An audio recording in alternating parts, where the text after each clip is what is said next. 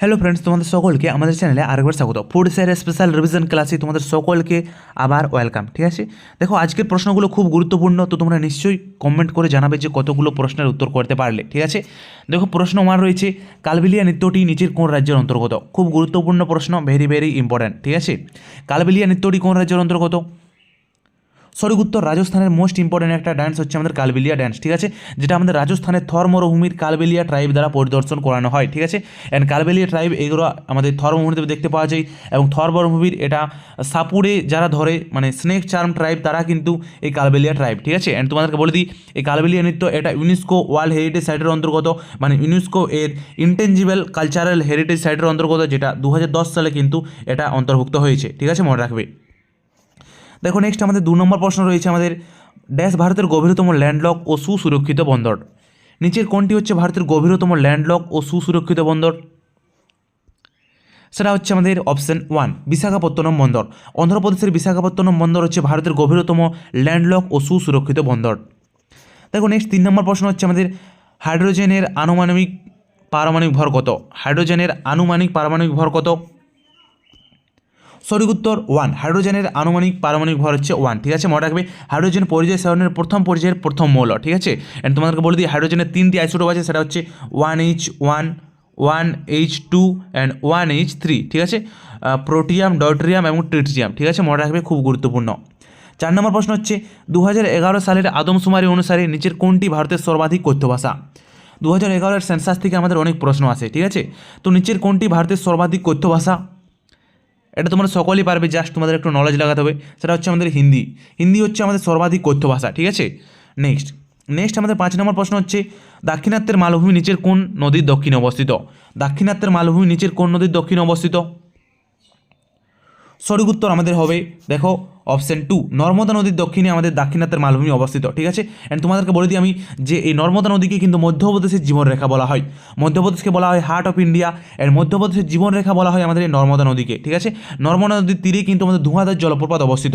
ধোঁয়াধার জলপ্রপাত কিন্তু নর্মদা নদীর তীরে অবস্থিত। এছাড়াও আমাদের সর্দার সরোবর বাঁধ কিন্তু এই নর্মদা নদীর তীরে গড়ে উঠেছে। ঠিক আছে, অ্যান্ড তোমাদেরকে বলে দিই এই নর্মদা নদীকে কিন্তু পূর্বগঙ্গা বা রেওয়া বলা হয়, রেওয়া বা পূর্বগঙ্গা বলা হয় আমাদের এই নর্মদা নদীকে। ঠিক আছে, অ্যান্ড তোমাদেরকে বলে দিই যে নর্মদা নদী এটা কিন্তু গ্রস্ত উপত্যকার মধ্যে দিয়ে প্রবাহিত হয়েছে, অ্যান্ড এটা অমরকণ্টক পাহাড় থেকে উৎপন্ন হয়েছে। ঠিক আছে, অ্যান্ড নর্মদা নদীর সাথে কিন্তু তাপি নদীও কিন্তু গ্রস্ত উপত্যকার মধ্যে দিয়ে প্রবাহিত হয়েছে, অ্যান্ড তাপি নদীকে বলা হয় নর্মদা নদীর দাসী। এটা তোমরা মনে রাখবে। ঠিক আছে, খুব গুরুত্বপূর্ণ আমাদের এই নর্মদা নদী।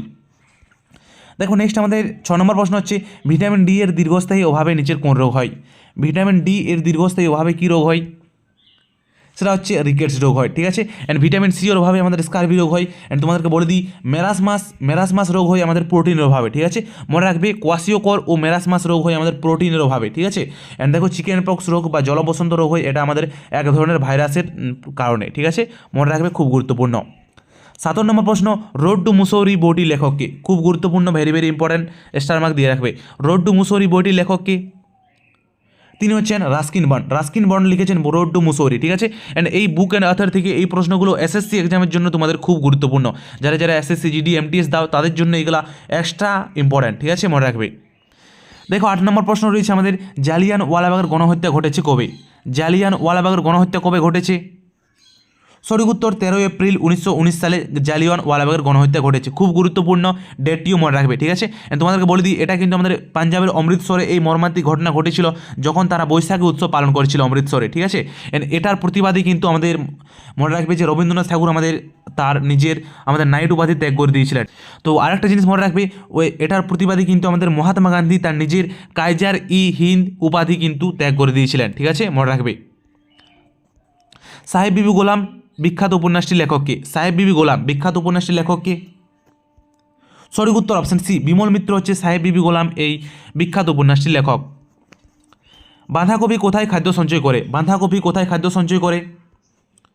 সঠিক উত্তর, বাঁধাকপি তার পাতায় কিন্তু খাদ্য সঞ্চয় করে রাখে। টুটি ই হিন্দুস্তান নামে কে পরিচিত? টুটি ই হিন্দুস্তান নামে কে পরিচিত? আমির খসরু টুটি ই হিন্দুস্তান নামে পরিচিত। আমির খসরু আলাউদ্দিন খলজির আমাদের দরবারের কবি ছিল। অ্যান্ড তোমাদেরকে বলে দিই আমির খসরু কিন্তু টুটি ই হিন্দুস্তান ছাড়াও আমির খসরু আরও অনেক আমাদের নিকনেম রয়েছে, যেগুলো হচ্ছে কী কী, সেগুলো হচ্ছে আমাদের কাউলিয়রের জনক। আমির খসরুকে কাউলিয়রের জনক বলা হয়।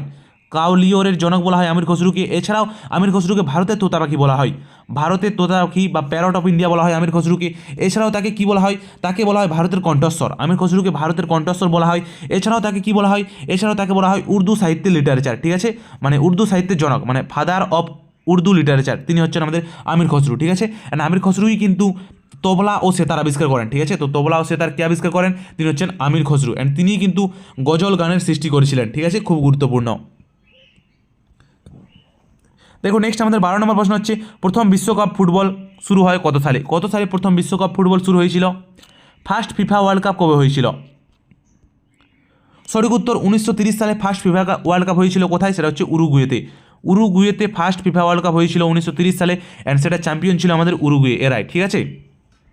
13 নম্বর প্রশ্ন হচ্ছে, রাইটার্স বিল্ডিংয়ে অভিযান চালানো হয় কত সালে? কত সালে রাইটার্স বিল্ডিংয়ে অভিযান চালানো হয়?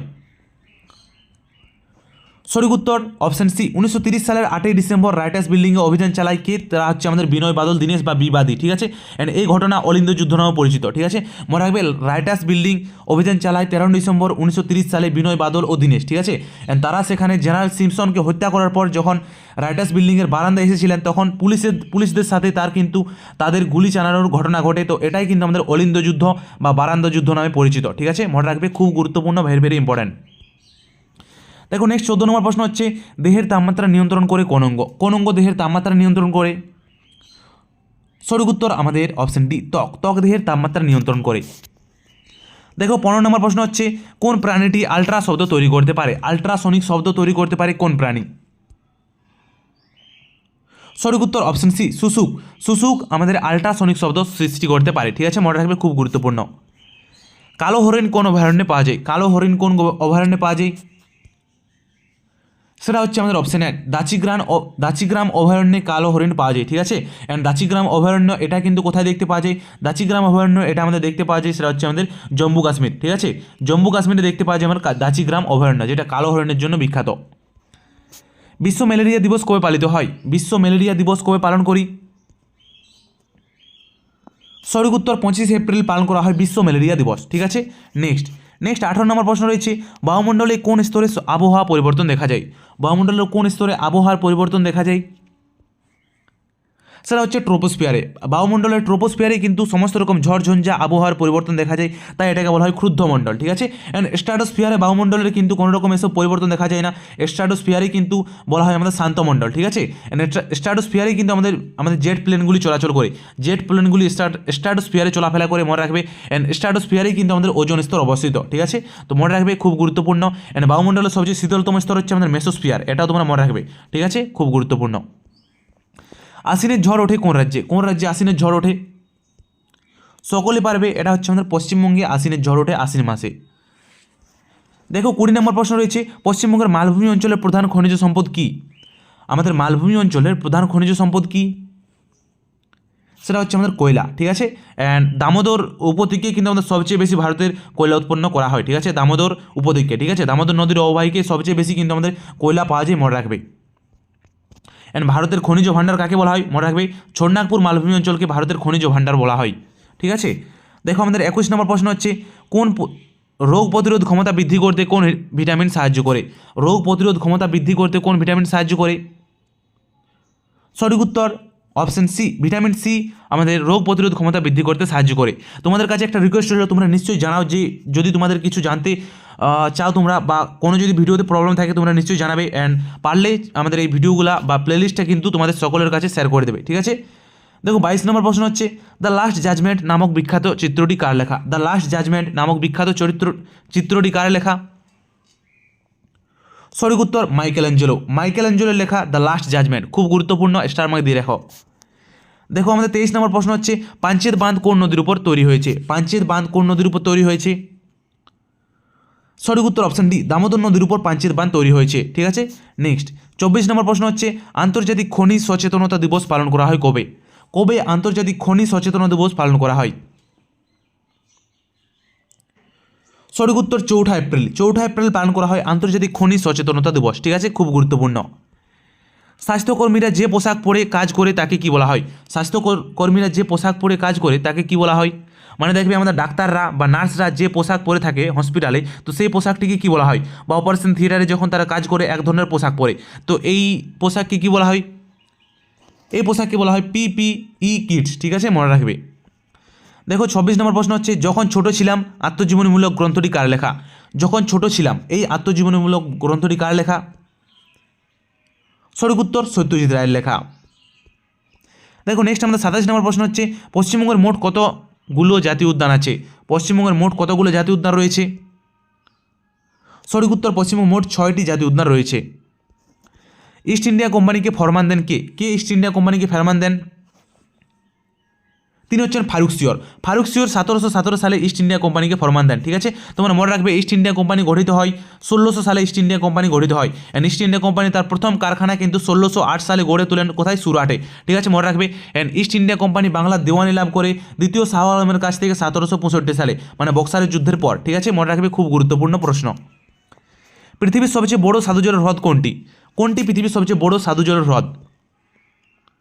সঠিক উত্তর সুপিরিয়র হ্রদ হচ্ছে পৃথিবীর সবচেয়ে বড় সাধুজলের হ্রদ। বাট তোমাদের যদি আয়তনের দিক থেকে সবচেয়ে বড় সাধুজলের হ্রদ পড়ে, সেটা হচ্ছে আমার বৈকাল হ্রদ। বৈকাল হ্রদ হচ্ছে আয়তনের দিক থেকে পৃথিবীর সবচেয়ে বড় সাধুজলের হ্রদ। বাট আমাদের ক্ষেত্রফলের দিক থেকে সুপিরিয়র হ্রদ হচ্ছে পৃথিবীর সবচেয়ে বড় সাধুজলের হ্রদ। ঠিক আছে, মনে রাখবে। অ্যান্ড বৈকাল হ্রদ আমাদের সবচেয়ে গভীরতম হ্রদ, এটাও মনে রাখবে। কোরিওলিস ফোর্স দ্বারা সৃষ্টি হয়, মানে কোরিওলিস ফোর্স কী দ্বারা সৃষ্টি হয়? সঠিক উত্তর পৃথিবীর আবর্তনের ফলে আমাদের কোরিওলিস বল সৃষ্টি হয়। ঠিক আছে, খুব গুরুত্বপূর্ণ। আজকে প্রশ্নগুলি ছিল। ওকে বাই, সকল ভালো থাকবে। ঠিক আছে, good night, tata, bye bye.